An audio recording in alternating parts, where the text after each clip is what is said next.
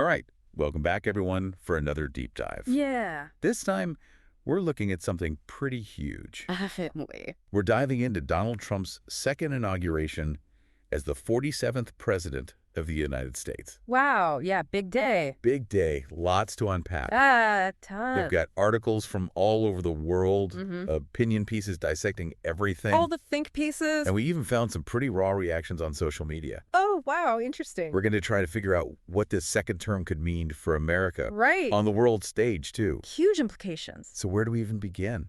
Well, I think it's pretty amazing to see just how many different opinions there are surrounding this inauguration. Yeah. Everything from symbolic gestures to anxieties about what policies he'll put in place. Mm-hmm. And then you've got the international community. Right. Some cautious congrats, but also outright criticism. Totally. So let's try to picture D.C. on January 20th, 2025. Okay. Freezing cold. So cold they had to move the inauguration indoors Wow. to the Capitol Rotunda. Interesting. You've got former presidents in the audience, tech giants like Elon Musk and Jeff Bezos, Just quite a crowd. and then there's Trump taking the oath. Yeah. Not just on a family Bible, Mm-hmm. but also on the Lincoln Bible. What do you think about that?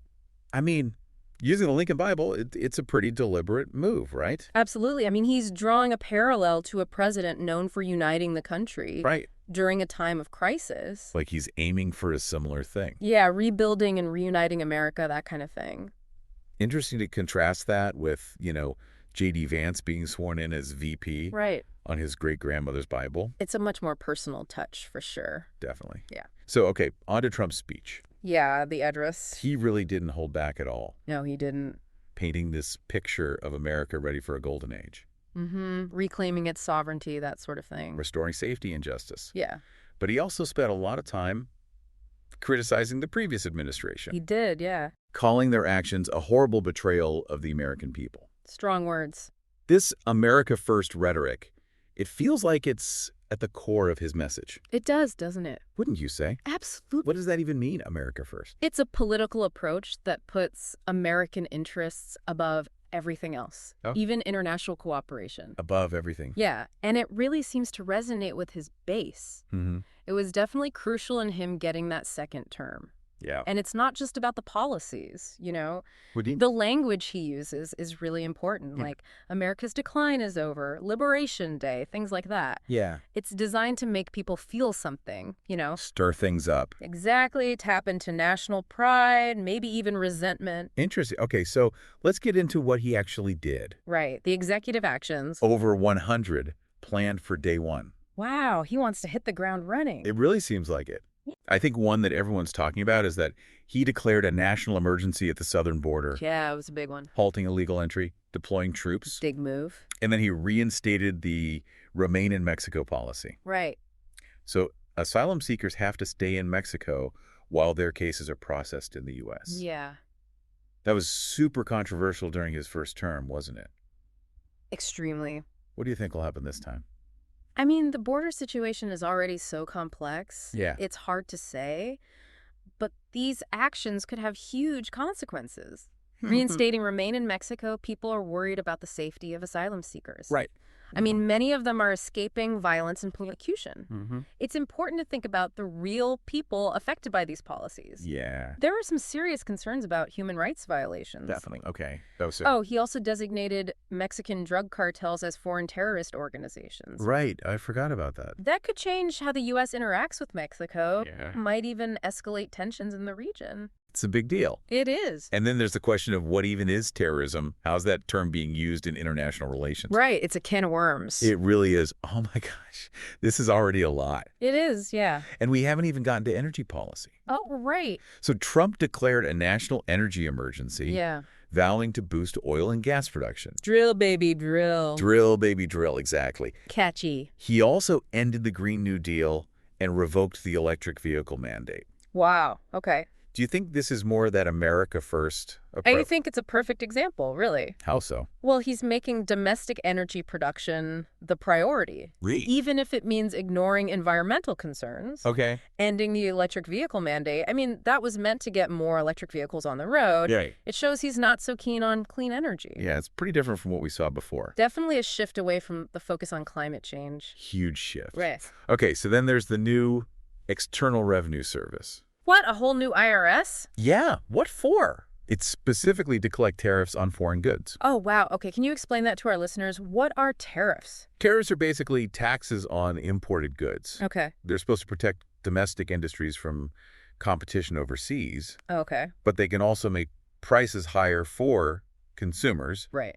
and then other countries might retaliate with their own tariffs. It can get messy. Yeah, this protectionism could really cause some problems with international trade. Yeah, it's a gamble, for sure. So maybe good for some American businesses, Maybe. but maybe not so good for consumers or global trade. Yeah, it's complicated. To wrap up all these day one actions, he also revoked Biden's policies on gender identity, Oh, affirming a strict binary definition of gender. wow, okay. This one's probably going to face legal challenges and protests from LGBTQ plus groups. I would think so. It's a huge issue for the LGBTQ plus community. Yeah. Raises all these questions about equality and inclusivity in the U.S. Social issues are definitely going to be a big battleground in his second term.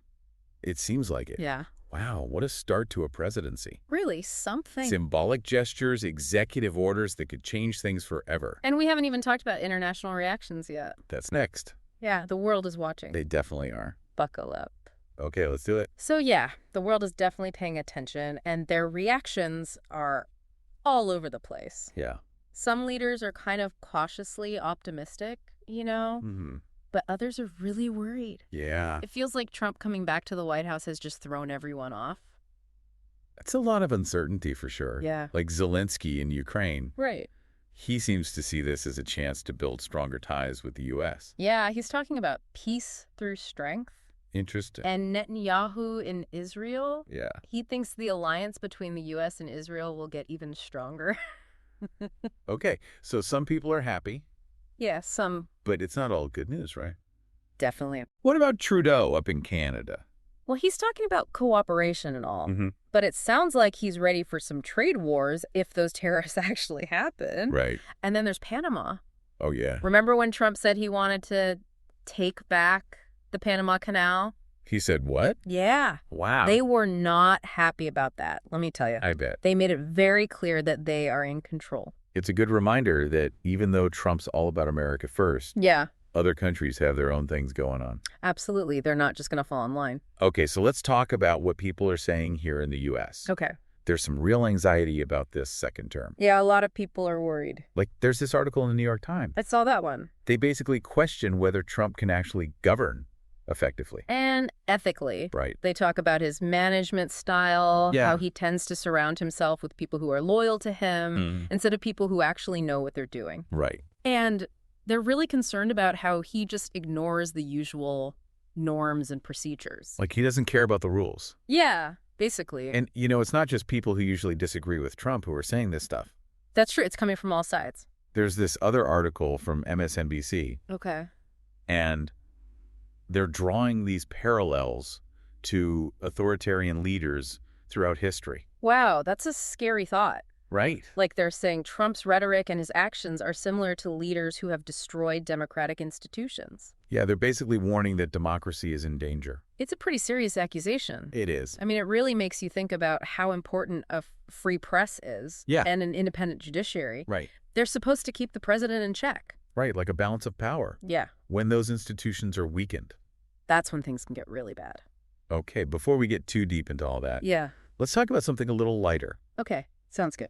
Remember when Trump found that letter from Biden? Oh, yeah, in the Resolute desk. Everyone was wondering how he'd react. He's not exactly known for being predictable. Right, it's like a tradition, Yeah. The outgoing president leaves a letter for the new one. It's a symbol of the peaceful transfer of power. It's supposed to show that the presidency is bigger than any one person or party. But then you have Trump, who just loves to break with tradition. It's like he can't help himself. It really was a moment of suspense. Yeah. Nobody knew what he was going to do. And then there was the Village People performing at the inauguration. Oh, yeah, that was weird. They'd criticized Trump before. They did. So people were talking about whether it was okay for them to perform. Yeah, it's tricky, right? Yeah, where's the line between art and politics? Do artists have to agree with the politicians they perform for? Or is it more about expressing yourself and reaching a wider audience? It's a tough question. Yeah, the Village People being there definitely added a whole other layer to the story. It did. Okay, so let's go back to some of those policy changes for a minute. Okay. We talked about remain in Mexico. Right. But I want to hear more about what you think the impact will be. Okay, well, during Trump's first term, Yeah. that policy was really criticized for putting asylum seekers in danger. Yeah, I remember hearing about that. Human rights groups were documenting all these cases of kidnapping, Okay. extortion, violence against migrants who were stuck waiting in Mexico. That's awful. Yeah, and now there's this worry that bringing it back is just going to put vulnerable people at risk again. Right. It's a really dangerous situation. And that America First thing seems to be driving his energy policy, too. Yeah, it's all about American energy. Ending the electric vehicle mandate feels like a big step backward for the environment. It does. It's like he's saying that economic growth and energy independence are more important than climate change. And he pulled out of the Paris Climate Agreement again. Yeah, he's basically isolating the U.S. from the rest of the world on climate action. It's like he wants to go it alone. And it's not just environmental groups who are worried about that. No, it's making a lot of other countries nervous, too. Like, they don't know what to expect. It's this whole America First idea. Right. It's making people think that the U.S. doesn't want to cooperate anymore. Like, they're not interested in working together to solve global problems. Yeah, exactly. And that's a big problem because things like trade wars, the rise of right-wing populism, these are things that one country can't solve on its own. No, we need to work together. Absolutely. Global challenges need global solutions. And the U.S. has always been a leader in that kind of cooperation. Right. Historically, the U.S. has pushed for working together on trade, security, climate change, all of that. But now it seems like things are changing. Yeah, it's a big shift. And then there's the fact that Trump is 78 years old. Right. He's the oldest president ever. It's definitely something to consider. And then there's the whole thing with him being convicted of a felony. Yeah, that was a first. It makes you wonder if he's really up to the job. That's a tough job. Yeah. Physically and mentally demanding. Being president puts you under so much scrutiny. Yeah, all eyes are on you. It's got to be a lot of pressure. It is, for sure. And with his age and everything, Yeah. it's a valid question. Can he handle it all? Can he really do the job? It's hard to say. We'll have to wait and see. We've covered a lot of ground here, We have. but I feel like we're just scratching the surface. Yeah. Before we go to the last part of our deep dive, Okay.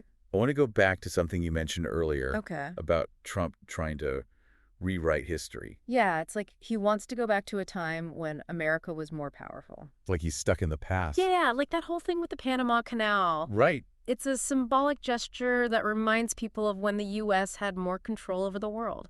It's like he wants to make America great again. Again, exactly. But the world has changed a lot. It has. It's not that simple anymore. No, it's a lot more complicated now. So we have these symbolic gestures, and then the actual policy changes, Yeah. and then the reality of the world today. It's all kind of clashing. It is. It's a lot to think about. It is. So what happens next? Yeah, what does it all mean for America and its place in the world? That's the big question, isn't it? It is, and that's what we'll talk about in the final part of our deep dive. Okay, I'm ready. Get ready, it's going to be interesting. All right, so we've really dug into this second inauguration. We have. The Lincoln Bible, the America First policies, all the anxieties surrounding those. It's a lot. But now I want to know what you think about the big picture. Okay, shoot. What does all this mean for America going forward? Well, I think it's pretty clear that America's at a crossroads. We've got these deep divisions in our society. Yeah, We're facing some really complex challenges on the world stage. definitely. And the world's changing so fast. It's a lot to deal with. It is. And it feels like Trump's second term is doubling down on a very specific vision of America. Yeah, one that prioritizes strength, nationalism, a return to traditional values, that kind of thing.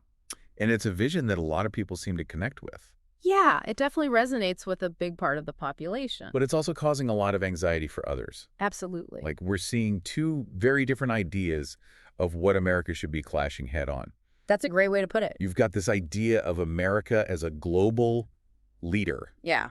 championing multilateralism, embracing diversity, pushing for progress on things like climate change and social justice. Right. And then on the other hand, you have this vision of America as a strong, independent nation, focused on its own interests, not so worried about global cooperation. And what's interesting is that both of those visions are rooted in American values. They are. Strength, independence, fairness, progress. It's like we're having this argument with ourselves. About what those values really mean. Yeah. And how they should be applied today. in the 21st century. Exactly. And this internal struggle is happening at the same time as all these other huge changes. Like what? Global power shifts, technology disrupting everything, climate change. It's a lot to handle. It is. It's this whole web of interconnected challenges. And we don't even know which approach is the right one.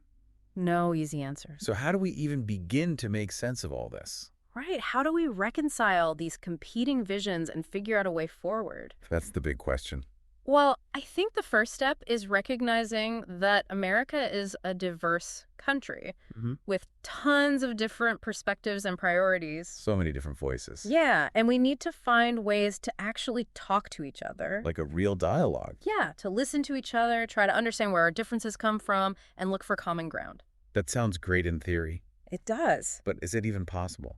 What do you mean? I mean, things are so polarized right now. They are. Just look at the reactions to Trump's inauguration. Yeah. It feels like we're more divided than ever. It's definitely a challenge, no doubt about that. So how do we overcome that? Well, we have to remember that democracy is a process. Not a destination. Exactly. So it's always evolving. Yeah, it takes constant effort, a willingness to compromise, Yeah. and a commitment to finding solutions that work for most people. So it's on us to make it work. It is. We can't just sit back and watch. Right. We have to participate. Yeah, make our voices heard, hold our leaders accountable. So what can people actually do? Well, there's voting, of course. Yeah. Contacting your elected officials. Getting involved in your community. Exactly. Joining organizations, volunteering, even just having informed conversations with friends and family. Right. Like actually talking about these issues. Yeah, every little thing we do can help shape the future. Okay. That's a good reminder. I hope so. So we've talked a lot about Trump's policies, We have. his vision for America. But what about Trump himself? What about him? He's a polarizing figure, to put it mildly. That's one way to put it. How do you think his personality and his leadership style will affect this second term? I mean, you can't ignore his personality. He's impulsive, unpredictable, Definitely. doesn't really care about the usual rules and We procedures. saw that in his first term. We did. The trade wars, the Twitter feuds, all the drama. It was a wild ride. And now with his age and the legal troubles, Yeah. a whole new layer of complexity It is. He's under a lot of pressure. from everywhere. Yeah, domestically, internationally, it's intense. Can he handle it? I mean, that's the question, isn't it? It is. Can he actually step up and meet the challenges of this moment? We'll have to wait and see. Only time will tell. Okay, so as we wrap up this deep dive, Yeah. what's the main takeaway? What should our listeners be thinking about? Exactly. I think the big thing is that America's at a turning point. Like a fork in the road. The choices we make in the next 4 years are going to have a huge impact. They'll shape the country for decades. Yeah, and it's up to each of us to be a part of that process, To stay informed to think critically and to get involved in shaping the future. for ourselves and for future generations. That's a powerful message. It's the truth. Well, thank you so much for joining me on this deep dive It's been a pleasure. into this truly historic moment. Definitely one for the books. And for everyone listening, Yeah. this is just the beginning. Keep exploring these ideas. Keep asking questions Keep the conversation going. because the future of America depends on it. It really does. Thanks for listening. Thanks, everyone.